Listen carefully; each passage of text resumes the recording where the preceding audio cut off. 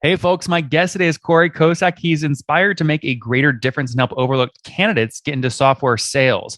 To do that, he launched Aspireship, a free online training and job placement platform. He and his team have helped thousands of workers from all backgrounds and experience levels land high paying jobs in SaaS sales. Corey, you ready to take us to the top?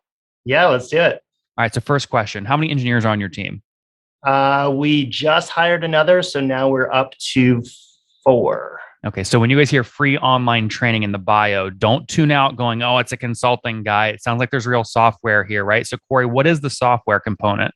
Yeah, for sure. So it's super interesting. Basically, we built a homegrown kind of LMS for the education side of the business. So it's free, top of funnel, instant access for candidates. And within there, there's things like built-in role plays for audio and video role plays, for testing people for sales acumen and stuff like that. So we built that whole framework to basically take this big top of funnel and whittle it down to a top 10% candidate pool. And then on the back end, what's really cool and I think longer term stuff is matching for companies. So we operate mostly like a talent marketplace, where once we've identified the talent, we're then matching them to companies who want to hire them, and figuring out who's right for what roles. Yeah, so you're putting people on jobs with like MindBody, obviously a well-known SaaS company, folks like that. How many employers have you put at least one candidate like they've hired? Yeah, I think we're up to about 70 now. 70. Interesting. Okay, so and is that the right question, right? Is that what you measure? Is it how many employers you put one candidate with, and then how many candidates you place altogether? So I think it depends how you're looking at it. I think the normal like investor B2B SaaS more way to look at it is, okay, what's an average customer? How many do they hire? How long do they stay? I'm actually more interested in the candidate side because it's a network driven business. So Okay. as more candidates come in, they attract more candidates and then attract more companies. And so I actually look at it more as what does it cost us to get that candidate pool going and accelerating? And then how likely is it that we're going to monetize it? And what do those economics look like? So that's more the way I look at it. But you could look at it either way. Well, let's start with how you look at it. That's a much better way to look at it. What does it cost you to get a new candidate on the platform? Gotcha. So I look at active users, which basically means someone who not only signs up, but they do something like they watch a first class or something like that. So it currently costs us about $20 to get an active user. And within 120 days, at least over the last 12 months, we've averaged $275 dollars per active user. So super fast return. It's actually like a 80% gross margin business. Always shocks everybody. But basically, yeah, that's how we do it. But it used to be $150 per active user when we were pumping marketing dollars. But once we sort of cross the chasm, we get this group of people in and it just goes like this. Mm-hmm. So that's the way the business works. So $20 to get the candidate, the candidate signed up and active. They watch at least one video, and then that you make off that candidate over the first 3 months about $275. So obviously, very quick CAC payback period. How are you making $275 per candidate in the first 120 days? Yeah, so it comes from employers. So employers, it operates like a talent marketplace. Think of like Upwork or something like that. But essentially, we're kind of replacing a third-party recruiter or any of that sort of stuff where companies are paying $9,000 per hire, to hire out of our kind of hand-picked talent pool that we match with them. Sorry, what was Uh, that price? it's 9,000 per hire fixed. You could think of it as roughly 15% of salary, depending on the role. In many cases, it's going to be less than that. And then we have an alternate model for people who want to lean into it, where they can pay 6K a year in a subscription, and then pay 6K per hire instead of 9K. Oh, what's going on there, YouTube? Good to see you guys. Now imagine this. You love watching these interviews with SaaS founders, but imagine if we took all of the valuation data out from over 2,807 interviews I've done manually. Saves you a lot of time. Well, we've done this. We've built it into the beautiful interface inside of FounderPath. Check this out. I'll show you how you can access this in a second, but you log in, you connect your Stripe account, you see your valuation real time, you can see what it changed over the past 88 days, and even set goals for valuation this year. Now, the secret to valuation is there's many different ways to value a SaaS business. So the reason you're going to see 3 or 4 different valuations inside of your Founder Path dashboard, this is all free by the way, is because depending on who's doing the buying of your SaaS company, you're going to get a different valuation. A VC is going to pay a different valuation. Private equity firm is different. If you're going to do a minority sale, that's different. And if you sell the whole business, that's a different valuation. You can see all those when I hover over here. Right, so the teal is what a VC would pay, yellow is what private equity, and red is if you sold the whole thing outright. Now, what's cool about this is not built off random data. Again, you guys hear these interviews on YouTube. All these data are built from real-time valuation data points founders share with us on the show. So traction, 1.2 million, seed round, 3.7 raise, they sold 22% of their business. Go in here and filter by the event. Maybe you only want to see companies that have sold the whole business. Well, here are a bunch that have been acquired, the valuation and the multiple. Maybe you're going out right now and you're raising your seed round. Well, go in here and look at all this recent seed deals that went down, what they raised, what valuation they raised at, and what percent that they sold. There's never been a larger data set of SaaS valuations than what you can get now inside of Founder Path, and we're thrilled to bring it to you. All right, we're going to go back to the YouTube video here in a second, but if you want to check this tool out, if you want to jump in and sign up, you can check it out for free to get your valuation at this link, founderpath.com/products/valuations. Or if you go to founderpath.com and hover over products, click on get your valuation here and go ahead and sign up to give it a whirl. Again, all that valuation data live right inside the platform. I hope to see you there. All right, let's jump back into the interview. 6K per month or per year? Sorry. Per year. Yeah. So it's just like, I think of it like Amazon priming it, right? So yep. $500 a month, and then your cost per placement goes down by a third. Okay. So reverse engineering the math there, right? So $275 per active user is what you said you generate.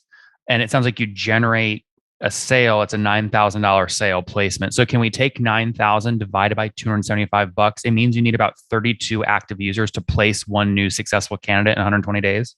Yeah. So think of it as 3%. So from the top of active users, like 3%, at least at the current state of the marketplace, is about what it looks like. There's a 3% get hired.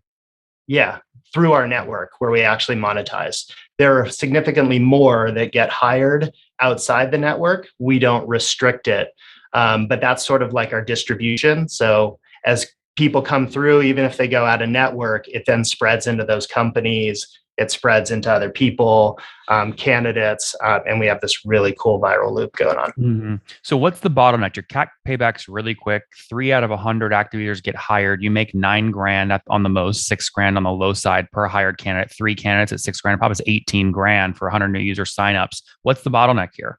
Yeah, there's no bottleneck. So really, it's taken a couple of years to get to this point. So we're about 2 years old.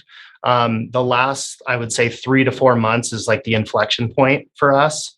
So sorry, just to be clear, you launched in 2019, late 2019? Yes, right before COVID. Okay. So then we had 2020 COVID, nobody's hiring, almost no revenue, all that stuff. And then, came out, guns blazing since then. But what was 2020 revenue total? Like 120. 120,000? Yeah. That's awesome. Yeah, for sure. And almost all of that was in Q4. Yeah. So bottleneck was candidate supply, but now that we've sort of cracked the code on this organic viral growth, the candidate pool, the number of candidates signing up per month has quadrupled in the last 6 months. So we're on the way now. How many candidates sign up in the last month? 1,800. 1,800. And if you quadrupled over the past 4 months, so what, you're doing 400, 500 signups a month back in last year? It was less than that. It was like 3 in the threes up until like maybe September. Interesting. And where are you? You said you spend $20 to get those 1,800 new candidate signups every month. Where are you spending that money? Yeah, so that's blended. So we do some AdWords, some display ads, things like that. We also sponsor organizations. But the bulk of what happens, and the reason that the CAC is so low now, is that we attract people through, like, we'll partner with organizations that help out like a specific niche. For example, we have a partner called the Teacher Career Coach. It's just an individual. She has an online course for transitioning teachers who want to get out into something else. And she's like, hey, if you're looking to get into the tech industry and specifically sales, you got to check out Aspireship. And so they'll send a group of people in. And then once those people in, it spreads within the teachers. So just a bunch of stuff like that leads to the growth. Interesting. Okay, so you did 120,000 bucks in 2020. What did you do last year in 2021? 700,000. Wow. Okay, I mean that's great scale. With how many people on your team full time? So at the time, I think we were about 10 last year, and now we're 16. So Six and yeah. we've added a bunch in the last few months. And what do you think you'll do this year in total revenue? It'll be in the twos. Okay. So 2 to 3. Three would be upside. Yeah. Now, what's the breakdown of that? So how many? I guess the right question is how many employers are on the $6,000 per year like subscription fee right now? Yeah, so it's maybe like 15% of the base. So the majority, even ones that do repeat hiring, they just like a la carte. They like to pay when they hire, low commitment. It's also the easiest. You can sort of look at us like a PLG or usage-based pricing type model where just low friction to get in, even on the employer side. And then once they're in, I mean, it's been kind of amazing. You would think that more would just automatically upgrade to the subscription. But I think some of the dynamics of how they get budget approved and stuff like that, they're like, well, look, I already have approval. Let's just keep going. Yeah. So how many candidates did you successfully get a job last year? I think probably about 100 Okay, about 100. directly through the network. So figure that there's 2 to 3x that amount outside the network that are landing jobs in tech. So they're all success stories, but not monetizing. Yeah, if you did 700,000 in total revenue and everyone was paying a la carte 9 grand per hire, that'd be about 78 hires, I believe, last year. Some are not a la carte though, so it's a little higher. It's something about 100 total hires direct. Not to mention that we've changed pricing at least 3 times in the last 12 months. We used to charge 5K per hire. Interesting. Okay, tell me about that. Was there pushback when you increased price? There's a lot of people listening right now going, "I really want to increase price, but I'm scared it's going to piss people off." No, I mean, basically just the demand has been so strong. And every time even when we got to 9,000, most people were like, oh, that's below market for recruiting. It's like, well, we're not recruiting. We're a marketplace. It's different. But that's there. It's basically, I think most SaaS companies and people that look at this, they're either willing to pay something or they're willing to pay nothing. It's less about, ooh, that's too expensive, that's too pricey. And especially because we have ways for them to lean into, higher volume stuff that cost less, we don't get hardly any pushback on pricing. And in terms of like sort of run rate, when you add up all your revenue, last month you did something like 120, 130,000 bucks in revenue? Yeah, so you can say we're 1.5 run rate. It's super interesting though because it can change real quick. I was going to say, yeah, because you're effectively SaaS plus, SaaS being SaaS plus sort of transactional based upsell based off a successful placement, that thing can go up obviously really quick if usage grows. So it also was the first month that we ever cracked 100K. Yeah. Congrats. So, yeah, thanks. That's exciting. And so I guess for people listening right now, maybe that are not founders, but are thinking about joining a founding team, right, as a sales rep, who are these SDRs you're placing, AEs, CSMs, BDRs? What's the core role, your focus? Yeah, so right now it's SDR or BDR and AE. So we do both. You can think of the candidate pool split in two. There's one who are transitioning professionals from all walks of life that have never held a sales job. Those are your likely SDRs, BDRs. And then there's salespeople that have actual experience closing, but they've never done SaaS before. And so they could be in insurance sales or mortgages or advertising or whatever. And we'll help them transition in directly, sort of skip the SDR path in most cases and go straight to an AE role. Interesting. Okay. So if someone is joining, let's not use MindBody because they're an actual customer, but like let's say someone's joining Gong today. What should an SDR be expected to see in their offer letter in terms of comp? Sure. So it's changed a ton in the last 6 to 9 months, I would say, with the constraints in the market. But I generally say, 50 to 65K on a base and, 10 to 20K in a variable. So you're looking at, 60 to 80 is, all in is typically what you're going to see. We do see stuff outside of that as well. We've had certain like kind of more strategic type SDR roles where, your OT might be 100K. So, kind of crazy. And these are all primarily remote roles. So we're not talking about like you have to be in the Bay Area or New York and that sort of thing. Interesting. And have you self-funded the business or did you decide to raise? We did raise. So I had a company before actually exited to MindBody. So that's the connection there. Which company was that? It's called Frederick. It's Okay. a SaaS marketing platform for SMBs. So straight after leaving, I mean, I raised a 1.4 pre-seed when I had nothing, like no team, no product, just like, hey, I can do this. This is a big Was that idea. at a five cap or something? Yeah, that was in 2019. Mm-hmm. Yeah, that was the 5 cap. I had a bunch of people I worked with, and I'm like, hey, I'm going to make these terms like awesome, so you can make a ton of money, and that stuff. So I did that, and then I've basically taken inside money since then. We've raised a total of 4 million to date, now sort of looking at, okay, is a Series A in our near future.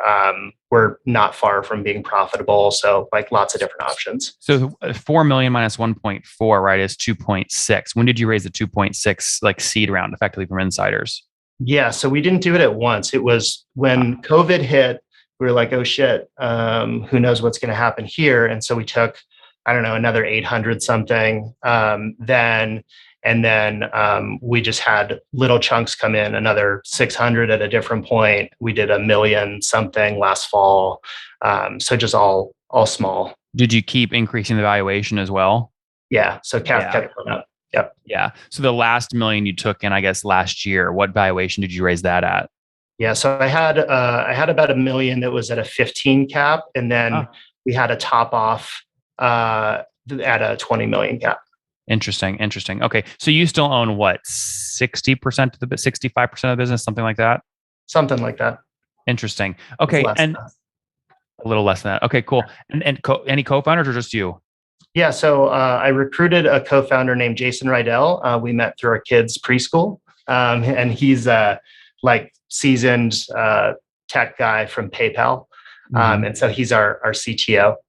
And then I have some like really early people like Christine Rogers, who I brought in as president and COO. She was the head of sales at the last company, and we worked closely together. And so I almost think of her like pseudo co-founder, but not technically a co-founder. And your first company founded in 2014, Frederick. Did you raise capital there, and if so, how much? So we raised 620,000 in angel. And then we were first acquired not by MindBody, but by Booker in 2015. It was like 8 months after customer number one. We were not looking for a sale, but it was like so strategic and so aligned. And so I joined Booker and built the business inside of it. And then we exited, jointly to MindBody. Was that a big cash event for you when you sold to Booker, or was it more like getting equity in Booker and then the cash event was selling Booker to MindBody? Yeah, it's the latter. Yeah. So I was looking at it as continuation of the startup. And then the big cash event was MindBody. And then 9 months into MindBody, as I was staying, we were acquired by Vista for 1.9 billion. So it was a crazy little. Did you get to dip into that as well, or you had already sold all your stock? Mostly sold. Yeah. So not okay. too much. Yeah. All right, that's what we call like the quadruple dip with a little bit on the end there on the Vista deal. So, right. What a good story here. So, okay, if you do raise, so look, it sounds like you're thinking maybe about a Series A. If you do raise a Series A, how much will you try and target? Yeah, I think 6 to 8 million is what we're looking at. What we're talking to a few people about. Mm-hmm. And what do you think you can raise valuation wise? At a range, obviously, is fine. I'm not sure. I mean, I think we'll see. I think there's a difference between what you can do and what you should do, or picking the right partner. So I'm not necessarily going to the highest bidder. A lot of not personal scar tissue as much, but scar tissue through people I know, like choosing the wrong VC. So I'm definitely prioritizing that over whatever the number is going to be. All right, let's wrap up here, Corey, with the famous five. Number one, favorite book. Favorite book. I like Founders at Work. Number two, is there a CEO you're following or studying? I like Andrew Gadzecki, MicroAcquire. I like the fact that he's like kind of like a movement. I like that kind of stuff that founders do. Number 3, what's your favorite online tool for building Aspireship? There's something most people don't know called Trevor.io. Incredible analytics backend. There's so much stuff you can do with it. Super lightweight. Number 4, how many hours of sleep do you get every night? 5 to 6. Okay. And what's your situation, Connor? Married, single, kids? Or Corey, sorry. Married and 4 kids, 8, 7, 3, and 1. Wow. How old are you? I'm 38. 38. Last question. Something you wish you knew when you were 20. Something I wish I knew when I was 20, I would say, just keep going. He launched his first company in 2014, raised some angel money, sold to Booker in 2015. Not a huge cash event then, but obviously got a lot of stock in MindBody and Booker, which became a nice cash event when MindBody acquired Booker. Obviously, MindBody then acquired by Vista. Corey took off and started Aspireship in 2019, raised a quick 1.4 million pre-seed round on a 5 million cap, really to help folks get roles in sales at SaaS companies, coming from other maybe insurance sales roles or other things like that, or looking for a career change. They're doing about $2 million in terms of, 1.5 million run rate today, 700 grand last year in revenue, 120,000 in 2020 revenue, working with 70 companies, placing over 100 job candidates last year, where he makes anywhere between $6,000 to $9,000 per a successful hire. Corey, thanks for taking us to the top. My pleasure. Good to see you. One more thing before you go. We have a brand new show every Thursday at 1 p.m. Central. It's called Shark Tank for SaaS. We call it Deal or Bust. One founder comes on, 3 hungry buyers, they try and do a deal live, and the founder shares back-end dashboards, their expenses, their revenue, ARPU, CAC, LTV, you name it, they share it. And the buyers try and make a deal live. It is fun to watch every Thursday, 1 p.m. Central. Additionally, remember, these recorded founder interviews go live. We release them here on YouTube every day at 2 p.m. Central. To make sure you don't miss any of that, make sure you click the subscribe button below here on YouTube, the big red button, and then click the little bell notification to make sure you get notifications when we do go live. I wouldn't want you to miss breaking news in the SaaS world, whether it's an acquisition, a big fundraise, a big sale, a big profitability statement, or something else. I don't want you to miss it. Additionally, if you want to take this conversation deeper and further, we have by far the largest private Slack community for B2B SaaS founders. You want to get in there. We've probably talked about your tool if you're running a company, or your firm if you're investing. You can go in there and quickly search and see what people are saying. Sign up for that at nathanlatka.com/Slack. In the meantime, I'm hanging out with you here on YouTube. I'll be in the comments for the next 30 minutes. Feel free to let me know what you thought about this episode. And if you enjoyed it, click the thumbs up. We get a lot of haters that are mad at how aggressive I am on these shows, but I do it so that we can all learn. We have to counter those people. We got to push them away. Click the thumbs up below to counter them, and know that I appreciate your guys' support. All right, I'll be in the comments. See ya.